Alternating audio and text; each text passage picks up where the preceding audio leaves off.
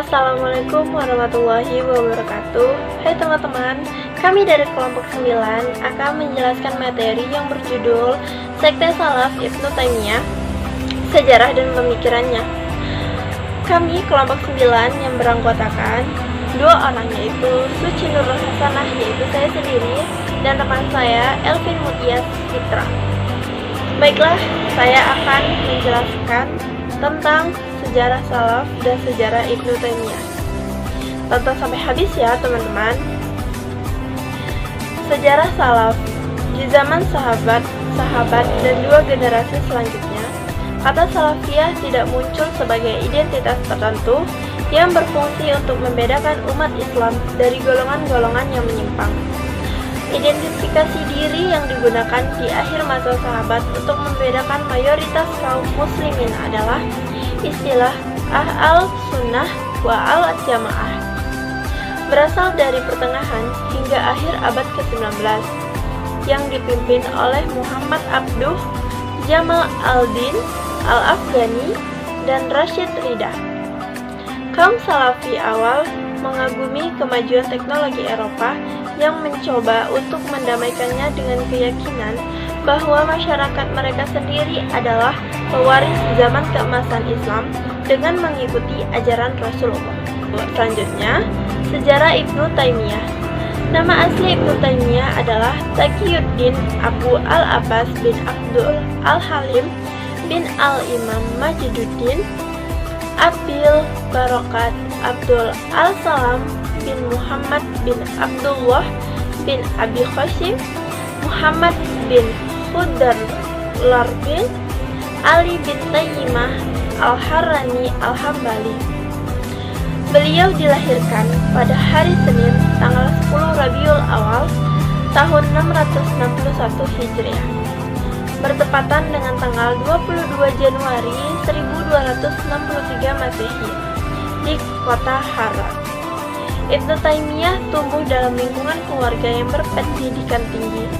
Ia mulai belajar agama ketika ia masih kecil. Berkat kecerdasan dan kejeniusannya, Ibnu Taimiyah yang masih berusia muda sudah dapat menghafal Al-Quran dan telah mampu menamatkan sejumlah mata pelajaran seperti tafsir, hadis, fikih, matematika, dan filsafat, serta berhasil menjadi yang terbaik di antara teman-teman sepergurunya. Baiklah, itu saja yang bisa saya jelaskan. Selanjutnya akan dijelaskan oleh Elvin Mutias Fitra. Kepada Elvin, saya persilahkan. Baiklah, saya Elvin Mutias Fitra akan melanjutkan pembahasan dari Suci Nurul Hasanah, yaitu pemikiran-pemikiran Ibnu Taimiyah. Pemikiran Ibnu Taimiyah terbagi menjadi 5. Yang pertama, sangat berpegang teguh kepada Al-Quran. Yang kedua, tidak memberikan ruang gerak yang bebas kepada akal. Yang ketiga, ia berpendapat bahwa Al-Quran mengandung semua ilmu agama.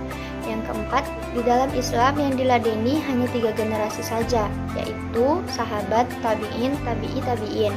Yang terakhir, Allah memilih sifat yang tidak menentang tauhid dan tetap mentahzikannya. Ibnu Taimiyah tidak menyetujui ayat-ayat mutasyabihat. Menurutnya, ayat atau hadis yang menyangkut sifat-sifat Allah harus diterima sebagaimana mestinya, tidak menyerupainya dengan makhluk dan tidak bertanya-tanya lebih tentangnya. Selanjutnya, ada 3 pandangan Ibnu Taimiyah tentang sifat-sifat Allah.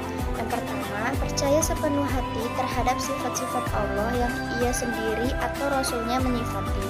Yang kedua, percaya sepenuhnya terhadap nama-namanya seperti Al-Awwal, Al-Akhir, Al-Zahir, Al-Batin, Al-Alim, dan nama-nama yang lainnya.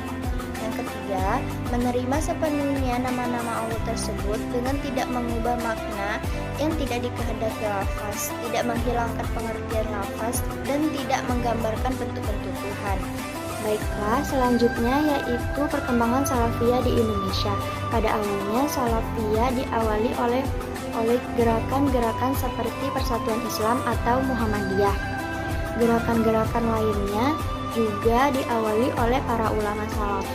Dalam perkembangan berikutnya, sejarah mencatat Salafiyah tumbuh dan berkembang menjadi mazhab, aliran atau golongan-golongan sebagaimana Khawarij, Mu'tazilah, dan golongan-golongan lainnya. Terima kasih sudah mendengarkan penjelasan kami. Apabila ada kesalahan, kami mohon maaf. Wassalamualaikum warahmatullahi wabarakatuh.